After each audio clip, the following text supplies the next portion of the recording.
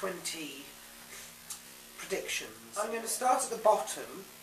Jesse Forbes is fighting Nick Catone. If you think Jesse Forbes rings a bell with you, that is because he is an old tougher. He lost to Matt Hamill, and this is his sort of only real return since then. He wins by TKO and submission, loses by TKO, he's never been submitted, and his record is 11-3. He is fighting Nick Catone, who is 7-2, wins by submission and TKO. He's never been TKO'd, so they both do stand up and ground, but Nick has never been TKO'd, and Jesse has never been submitted. The thing about Nick Catone is he is on 2 losses in a row at the moment, to the likes of Mark Minoz and Tim Credur. I think I'm going to go for Jesse Forbes on this. No, I'm not. I'm going to go for Nick Catone. I have changed my mind. That doesn't happen very often, does it? I've changed my mind. The reason is I think that Nick Catone will be able to submit Jesse Forbes. That's my thought on it. So I'm going to go for that in the first round.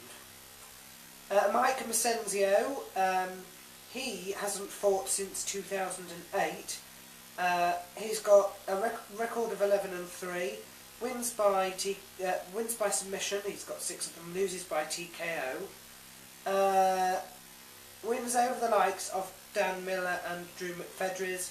Loses to the likes of CB Dollaway. He is facing Gerald Harris. Gerald Harris is making his debut, but he is in fact an IFL veteran. He is on a 7-fight win streak at the moment, with a record of 13-2. He wins by submissions, which he's got 6 of, and TKO, which he's got 5 of. He's never been submitted. He wins over the likes of Curtis Stout and Nissan Ostanek, loses to high calibers, well, reasonable calibers, Benji Radek and Fabio Leopoldo. I'm going to go and say that Gerald Harris is going to continue his win. I will say that he wins, but I think he might win by TKO. I'll go for TKO in the second. Kyle Bradley, with a record of 14-6. He's got 9 TKO victories, but he also loses by TKO. Is fighting Rafael Dos Anjos with a record of 12-4, fighting out of the Gracies. He has wins by submission.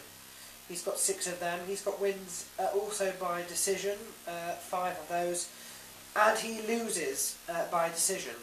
Both of them have a record of win, loss, loss, win coming into this fight.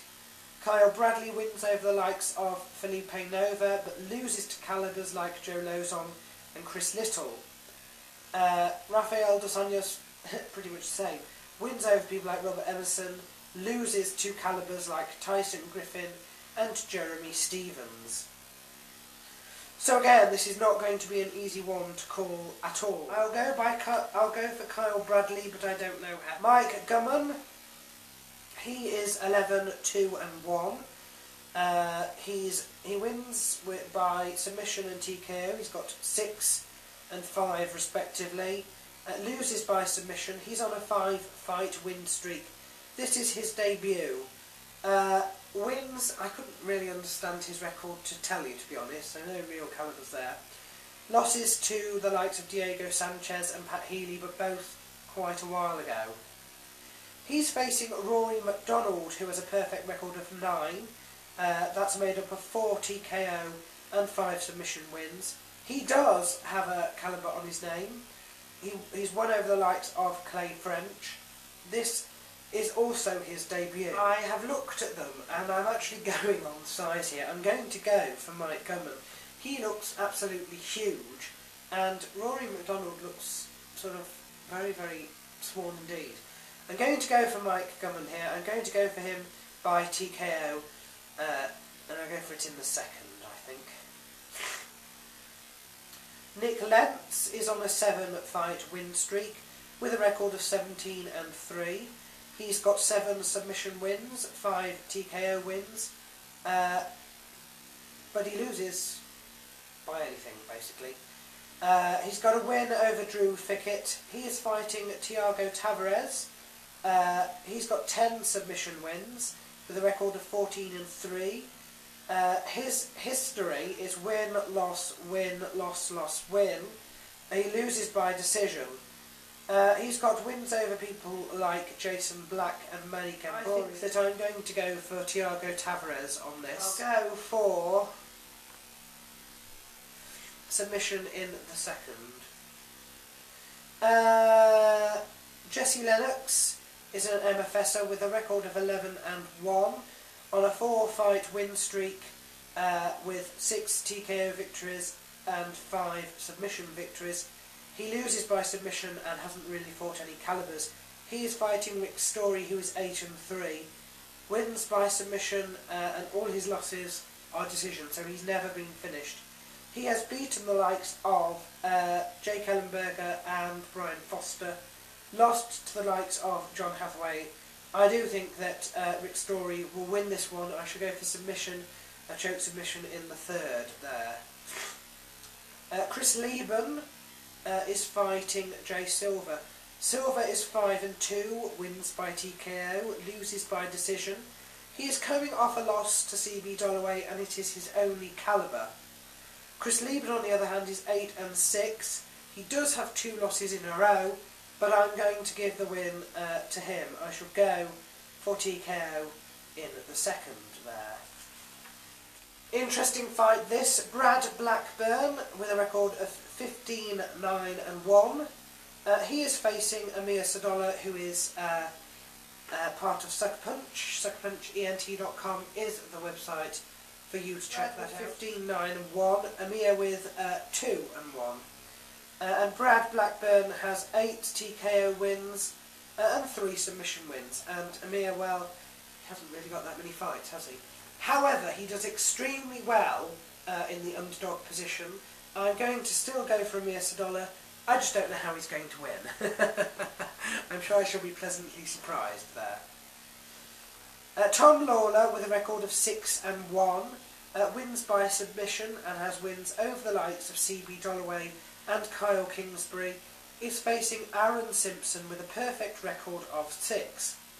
He has all his wins by TKO, with wins over the likes of Tim McKenzie and Ed Herman. But you will remember that was the bout where Ed Herman hurt his knee, so let's not put too fine a point on that. I'm going to go for Tom Lawler here. I'm going to go for a bar submission in the second.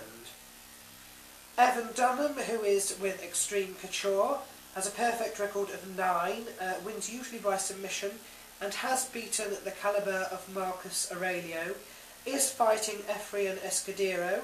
He's got a perfect record of 12 and also wins by submission. His wins come over Felipe Nova and Cole Miller.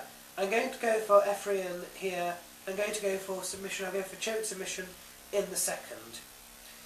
And the main event here is Nathan Diaz versus Gray Maynard.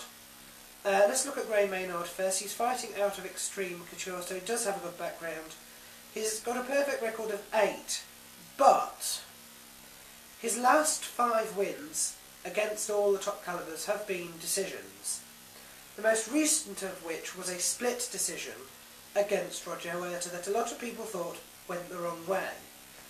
Don't put too much in his 8-0 record. Diaz is 11-4 and he has 8 submission victories, but he loses by decision, bear that in mind. His wins are over people like Kurt Pellegrino, Josh Neer and Melvin Guillard, and his losses are to people like Joe Stevenson and Clay Guida, so he loses to the calibers. In my opinion, Gray Maynard is a false caliber if you put too much worth on his perfect record. I am going to say that this will be one for the books, that Nathan Diaz will win in his area of weakness, which is decision, and that Gray Maynard will finally be shown, for his luck to have run out, and his perfect record, which is not as perfect as it first looks anyway, will be spoiled.